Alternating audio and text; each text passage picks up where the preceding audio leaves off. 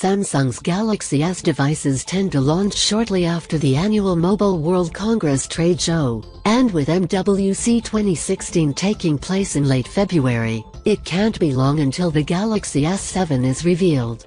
With that in mind, along with a whirlpool of rumors, it's time to take a look at how the S7 might compare to last year's Samsung flagship, the Galaxy S6. Spoiler, it'll probably be better. Galaxy S6 vs Galaxy S7 comparison. Design. The Galaxy S6 polarized people with its design. On the one hand, its stylish glass and metal construction was clearly more attractive than the Galaxy S5's design. But it came at a price, and that price was a microSD card and a removable battery. It was a double-edged sword. Aesthetically, the S6 design was a step in the right direction, but some of the Galaxy series' biggest fans were put off by the removal of these key features.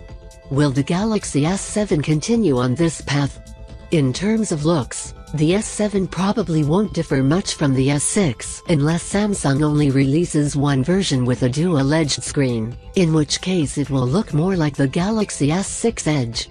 We expect another glass and aluminum body, the same protruding camera sensor that we loathe on the rear, as well as a heart rate monitor and fingerprint scanner.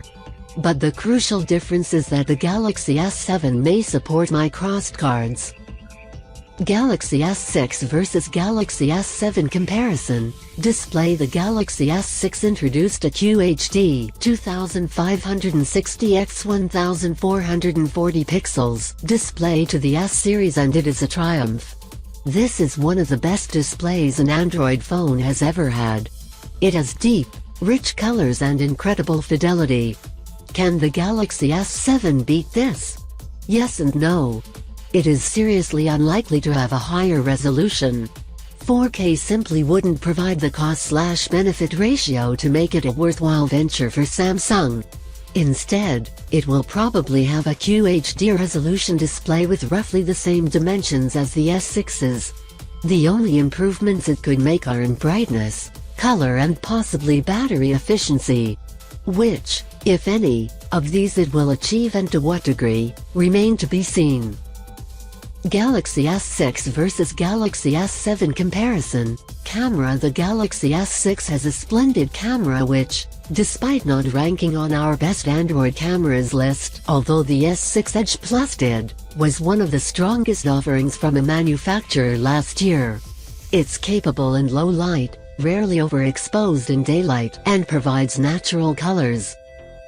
The latest leaks say the Galaxy S7 camera will have slightly lower specs, 12MP on the back, compared with the S6's 16MP snapper and 5MP on the front. While the new camera may produce a lower number of pixels, it's said to make up for this with what's being referred to as duo-pixel technology, a feature that should increase image clarity despite the lower pixel numbers.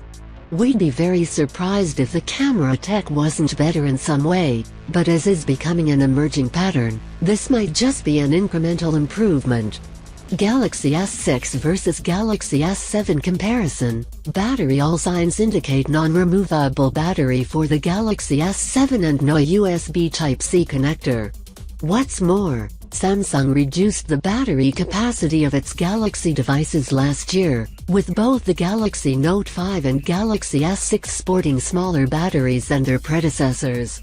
The rumor mill touts a 3000 mAh capacity battery for the S7, which is bigger than even that of the Galaxy S5. If this is accurate, it could provide significantly stronger battery performance than the Galaxy S6. The S7 will almost definitely run Android Marshmallow. Marshmallow has delivered significant improvements in the battery department compared with Lollipop, and means that even if the battery shrinks again, the S7 could still provide longer battery life than the S6, in theory. Fast charging and wireless charging, both of which were present in the S6, can be counted on to appear on the S7 too. Galaxy S6 vs Galaxy S7 comparison. Software. Samsung made great strides with TouQuiz on the S6. It's the cleanest version of the interface yet, and contains the least bloatware. The S7 will hopefully follow suit, but there is also a suggestion that it will house Force Touch-like technology like the Huawei Mate S luxury version does. While this may be of interest to some consumers, and would give the S7 a distinct difference from the S6, it would also increase the cost of the handset. What's more, there are very few apps that can take advantage of such technology currently in development. Unless the S7 offers a must-have function, which seems unlikely, once the Galaxy S6 receives Marshmallow, the software on these two devices could be almost the same. Galaxy S6 versus Galaxy S7 comparison. Performance. We don't know anything about the performance of the Galaxy S7 yet, except that it is said to come with a Snapdragon 820 processor, while the Galaxy S6 houses an Exynos 7420 processor comparable to the Snapdragon 810. With a current generation processor and, potentially, an extra gigabyte of RAM minus 4 GB compared with 3 GB, the S7 should be faster than the S6. Having said that, the Galaxy S6 is already a pretty speedy gadget, and we suspect the difference between them will be negligible for most users. Galaxy S6 versus Galaxy S7 comparison. Price and conclusion. Welcome to my conclusion. Thanks for skipping straight here and ignoring all of that other stuff I sweated over above.